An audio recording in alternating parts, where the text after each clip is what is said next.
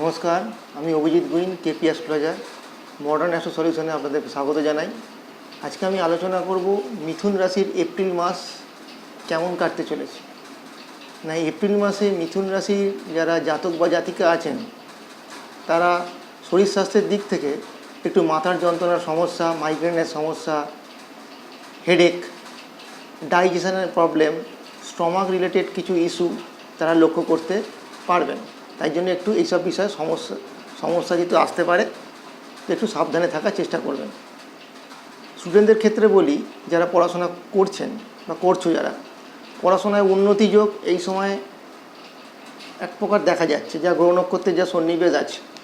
তবে মাঝে মধ্যে মন ডাইভার্ট হতে পারে, মনে কনফিউশনের মতো ব্যাপার গ্রো করতে পারে, মনে কনফিউশন দেখা যেতে পারে কিছু কিছু ব্যাপার নিয়ে। এছাড়া পড়াশোনার ওভারঅল দিকটা ভালোই এই মাসে।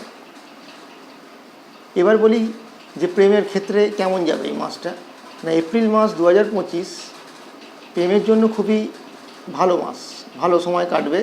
প্রেমিক প্রেমিকার মধ্যে একটা মনের মিলমিশ যে ব্যাপারটা, সেটা এই মাসে তারা দেখতে পাবে, যথেষ্ট পরিমাণেই পাবে। নতুন প্রেম হওয়া বা পুরনো প্রেম কারুর ফিরে আসা, এটাও তারা লক্ষ্য করবে।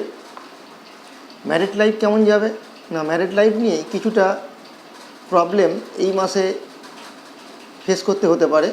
ছোটোখাটো বিষয় নিয়ে সমস্যা স্বামী স্ত্রীর মধ্যে তৈরি হতে পারে। লাইফ পার্টনার যে আছে তার কোনো হেলথ প্রবলেম বা হেলথ ইস্যু এই সময় দেখা দিতে পারে।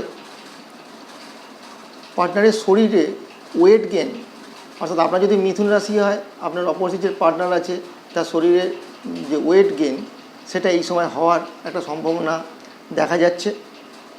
এছাড়া সব ঠিকঠাকই আছে বলতে গেলে। ভাগ্যের ব্যাপারে যদি বলা যায়,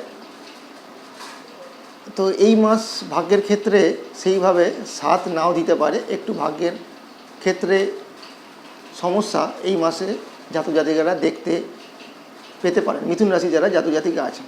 14 এপ্রিল পর থেকে কিছুটা বেটার যাবে, এটুকু বলা যেতে পারে। কর্মক্ষেত্রে কিরম ফল পেতে পারেন মিথুন রাশির মানুষেরা এই মাসে? কর্মক্ষেত্রে আপনি মিশ্র ফল পাবেন। কখনো কাজ করতে মন লাগবে, আবার কখনো কখনো কাজে মন না হলে বসতে পারে এই মাসে। এই ছিল কিছু এই মাসের সম্ভাব্য ঘটনা। নমস্কার।